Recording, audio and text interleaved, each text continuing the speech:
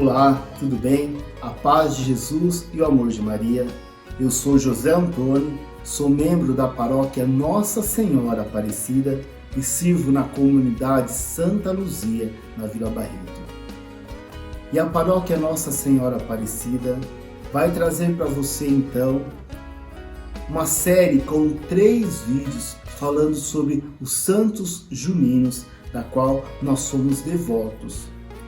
E hoje, para começar essa série de 3 vídeos, nós vamos falar sobre a vida de Santo Antônio, que comemora-se no dia 13 de junho. Esses 3 santos, do qual nós falamos em nossas festas juninas, do qual nós temos devoção, desses santos tão conhecidos pelo povo brasileiro, por conta do folclore e por conta da devoção cristã, de tantos milagres e graças alcançadas por estes santos. Falando então um pouco sobre Santo Antônio, ou Santo Antônio de Pádua e Lisboa, como também é conhecido, é um santo que traz para nós tantas histórias, tantas crenças e tantos contos também. Quem nunca ouviu falar que Santo Antônio é o santo casamenteiro, ou ainda que é o santo das coisas inencontráveis ou das coisas perdidas, ou até mesmo o santo que multiplicou os pães? Muitas dessas histórias são verdadeiras, é claro que outras não também, mas no entanto surgiram de fatos e situações em que os devotos de Santo Antônio o invocaram e alcançaram uma graça por sua intercessão. Também, Santo Antônio é um santo em que a Igreja atribuiu muitos milagres alcançados por sua intercessão, e muitos milagres Santo Antônio alcançou ainda estando em vida. Tamanha era a fé deste santo tão amado pela Igreja. Mas quem foi Santo Antônio? Santo Antônio nasceu em Lisboa no ano de 1195 e morreu em Pádua em 1231. Daí então surge o nome de Santo Antônio, de Lisboa e Pádua. Santo Antônio é considerado o doutor da Igreja Católica. É um santo que conhecia a palavra de Deus em toda a sua essência. Tanto é que um ano após a sua morte, a Igreja já o reconhecia como santo da Igreja Católica. Santo Antônio iniciou a sua vida religiosa em Lisboa, mas em sua trajetória religiosa acabou indo para a Ordem dos Frades Menores, onde adotou o nome de Frei Antônio, já que o seu nome de nascença não era Antônio, mas sim Fernando. No entanto, Santo Antônio acabou adoecendo e teve que voltar para a sua cidade natal. Porém, no trajeto de retorno para a cidade natal, como naquele tempo essa trajetória era feita através de embarcações, uma tempestade então acabou atingindo a embarcação que Santo Antônio estava e levou eles para a costa da Sicília, na Itália, aonde Santo Antônio seguiu a sua trajetória religiosa. E uma curiosidade de Santo Antônio é que ele teve, dentre os seus formadores, um formador muito conhecido por nós, chamado São Francisco de Assis. As pregações de Santo Antônio eram tão cheias de ensinamento, de conhecimentos e sabedoria, que multidões se reuniam quando ele começava a falar, e ele peregrinou por muitas cidades e aldeias levando a palavra de Deus. Tamanha era o conhecimento, tamanha sabedoria que Santo Antônio tinha, que ele foi intitulado como Arca do Testamento pelo Papa Gregório IX, devido aos seus grandes conhecimentos sobre a Bíblia. E ainda, nós podemos falar de tantos outros milagres que Santo Antônio fez, e tantos milagres ainda que ele fará. E um dos grandes milagres que Santo Antônio fez, conta-se então que na cidade ou no vilarejo onde Santo Antônio morava, havia um fazendeiro que não acreditava que Jesus estava presente na Eucaristia. Então, aquele fazendeiro lançou um desafio para Santo Antônio, dizendo a ele que deixaria o seu animal, que era uma mula, por 3 dias sem comer. E se ao final do 3º dia ele colocasse o animal para comer e Santo Antônio apresentasse aquele animal, Jesus, na Santa Eucaristia, e o animal deixasse de comer e se ajoelhasse diante de Jesus na Eucaristia, ele acreditaria então que Jesus estava presente na Eucaristia e passaria então a segui-lo. Ok, Santo Antônio aceitou o desafio porque acreditava que Jesus estava presente na Eucaristia com todas as tuas forças, como nós também acreditamos. Ao final do 3º dia, então, o fazendeiro trouxe o seu animal e colocou o seu animal para comer. Então, Santo Antônio chegou com Jesus no Santíssimo Sacramento. Quando Santo Antônio aproximou-se do animal, o animal se colocou como que de joelhos diante da Eucaristia, porque reconhecia ali Jesus na Eucaristia. Então aquele fazendeiro acreditou e passou então a seguir a Jesus e ser grandemente devoto de Santo Antônio. Outro milagre atribuído a Santo Antônio aconteceu quando Santo Antônio estava morando no convento. Santo Antônio ele era responsável pela despensa do convento. Um certo dia, Santo Antônio ouviu alguém chamar à porta e quando ele saiu, havia um pobre, um mendigo de rua, pedindo alimento. Então Santo Antônio resolveu descer com todos os pães que estavam na despensa e doou, junto com outros frades, pães para todos aqueles pobres que estavam ali na região.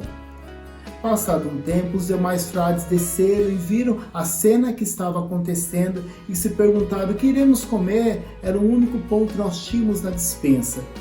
Então Santo Antônio disse para os frades: podem ir até a despensa. E quando chegaram lá, havia novamente uma grande quantidade de pães. Por isso, então, a devoção que nós temos a Santo Antônio, do pão de Santo Antônio, que nós entregamos nos dias 13 de junho nas missas de Santo Antônio.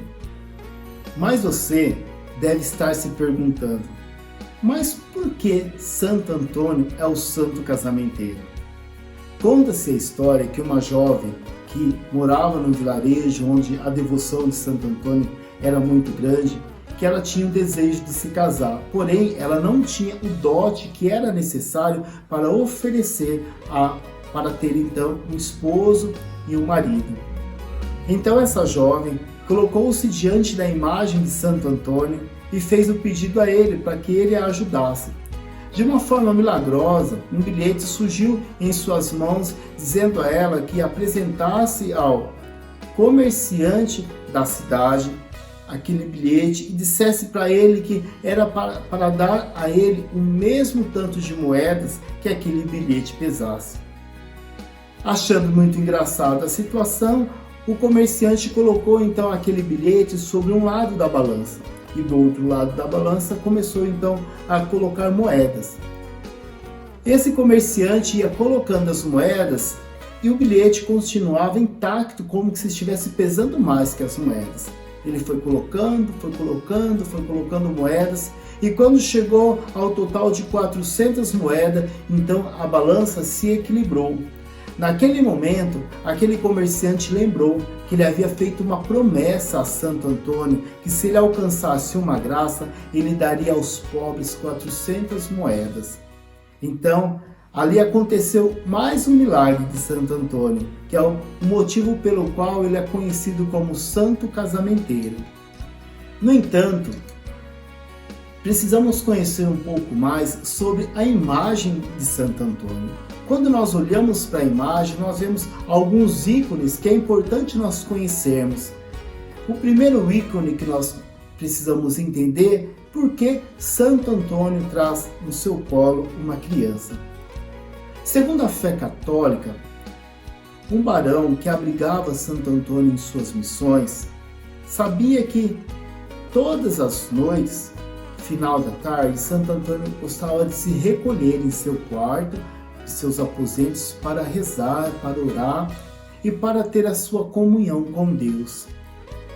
Um certo dia, então, aquele barão muito curioso resolveu espiar pela porta para ver o tanto que Santo Antônio ficava naquele quarto rezando. Quando ele abriu a porta e espiando a porta, ele viu como que uma luz iluminando todo o local onde Santo Antônio estava rezando. E sobre a Bíblia, sobre o livro o qual Santo Antônio lia, havia como que um bebê, uma criança sentada. Aquela criança viu então aquele homem espiando pela porta e estendeu para ele os seus braços. O homem assustou-se, fechou os olhos e quando ele abriu o olho já não havia mais nada, nem mesmo a luz que envolvia Santo Antônio.